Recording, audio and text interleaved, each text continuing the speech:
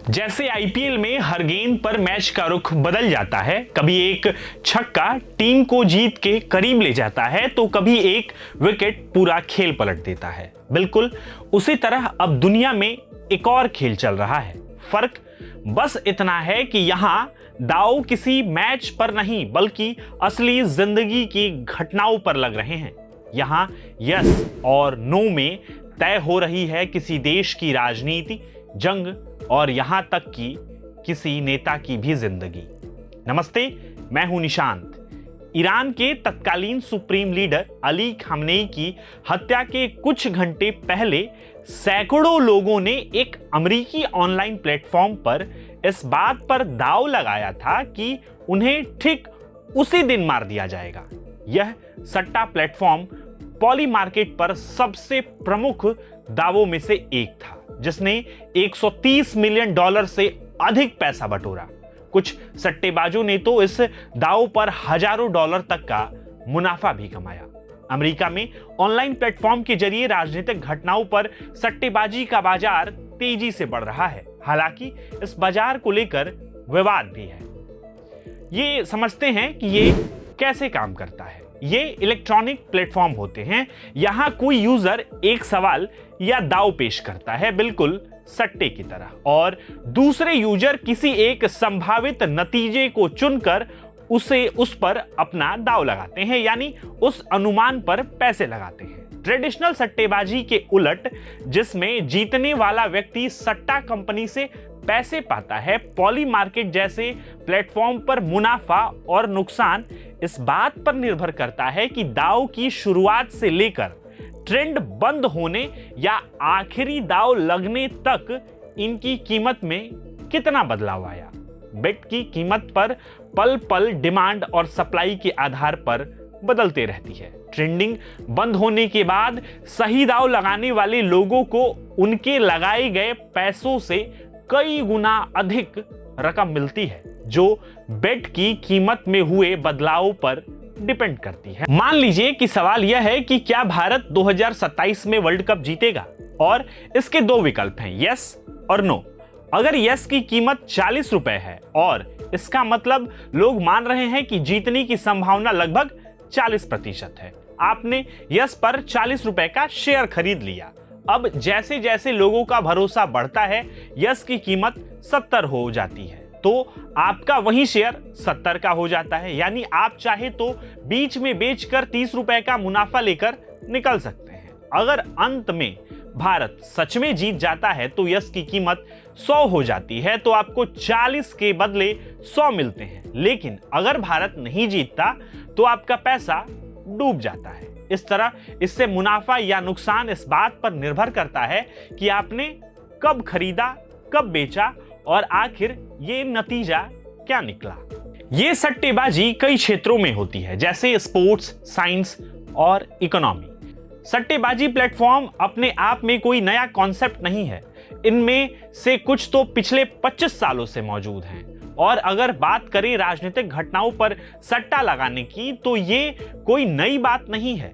नई बात यह है कि कुछ प्लेटफॉर्म का इस्तेमाल अब पहले से कहीं अधिक आसान हो गया है, जिससे ज्यादा लोग सट्टेबाजी करने के लिए इंस्पायर हो रहे हैं। कोई भी व्यक्ति मामूली जानकारी के साथ बेट पर दांव लगा सकता है और हां या नहीं जैसे आसान विकल्पों को चुन सकता है। यहां पारंपरिक सट्टेबाजी से अलग, जिसमें फाइनेंस की अच्छी समझ और जिस विषय पर दांव लगाया जा रहा है उसका गहरा नॉलेज होना बहुत जरूरी है।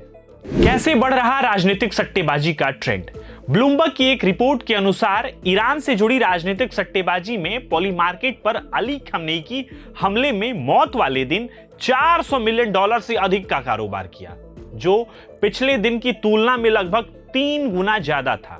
कुछ लोग इस बात पर दांव लगाया था कि क्या अमेरिकी सेना ईरान में घुसेगी, युद्ध विराम कब होगा और ईरान स्ट्रेट ऑफ हॉर्मुज को कितने समय तक बंद रखेगा। मामला इतना आगे बढ़ गया था कि कुछ लोगों ने ईरान पर परमाणु बम गिराए जाने पर भी दांव लगा दिया था, जिसके बाद प्लेटफॉर्म ने इस तरह के दांव को हटा दिया। इस समय सट्टेबाजों के बीच सबसे लोकप्रिय टॉपिक ईरान में मौजूदा शासन के संभावित पतन की तारीख को लेके है। एक यूजर ने 28 फरवरी को ईरान से जुड़े दावों से $5 लाख से अधिक कमाए हैं। उसने अमेरिका और इजराइल के ईरान के साथ संभावित युद्ध से जुड़े कई अनुमान लगाए थे।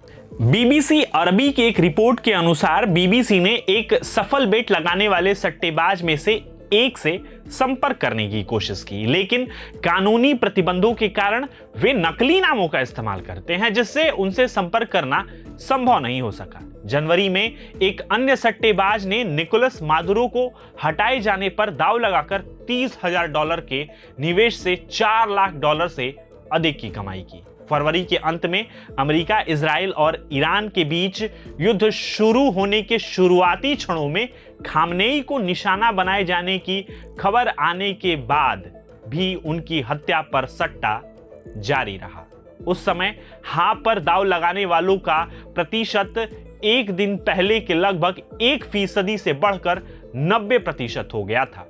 अब बात करते हैं युद्ध पर सट्टा लगाना कितना नैतिक यानी कितना एथिकल है। कई लोग इस सवाल को उठाते हुए युद्ध पर सट्टा लगाना कितना कानूनी और नैतिक है, खासकर जब ये ऐसे संघर्ष होते हैं जिनमें बड़ी संख्या में लोगों की जान जाती है।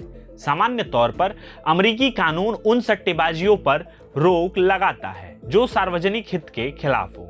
इसी तरह युद्ध या सट्टा लगाना अमेरिका के विभिन्न राज्यों के कानूनों और प्रशासनिक नियमों के तहत प्रतिबंधित है। इसी वजह से इस तरह की सट्टेबाजी केवल पॉलीमार्केट के अंतरराष्ट्रीय प्लेटफॉर्म पर उपलब्ध थी, जिसे पनामा से संचालित एक यूनिट के जरिए चलाया जा रहा था। इसके जवाब में पॉलीमार्केट ने खमेनेई की हत्या से जुड़े दाव वाले पेज पर एक नोटिस जारी किया, जिसमें कहा गया कि प्रेडिक्शन मार्केट्स की अहमियत इस बात में है कि वे जनता की सामूहिक समझ के आधार पर सटीक अनुमान पेश करते हैं। प्लेटफॉर्म के अनुसार ऐसे अनुमान मौजूदा हालात में बेहद मूल्यवान हो जाते हैं। प्लेटफॉर्म ने यह भी कहा कि उसे दर्जनों सवाल मिले हैं। उसने हमलों से सीधे प्रभावित लोगों से बातचीत की है। उनका कहना है कि प्रेडिक्शन मार्केट्स उन्हें ऐसे जवाब दे सकते हैं जो न तो टीवी न्यूज न ही एक्स जैसे प्लेटफॉर्म दे सकते हैं। ब्लूमबर्ग की एक रिपोर्ट के मुताबिक ऑनलाइन सट्टेबाजी का यह बाजार अभी शुरुआती दौर में है और इसमें निवेश करने वाले ज्यादातर लोग छोटे सट्टेबाज हैं। रिपोर्ट यह भी कहती है कि खमेनेई की मौत पर दांव लगाने वाले अधिकांश लोगों ने $1,000 से कम की राशि लगाई थी। इसके बावजूद इस बाजार ने विस्तार और इसके यूरोप और अन्य बड़े शहरों तक फैलने को लेकर चिंताएं बढ़ रही हैं।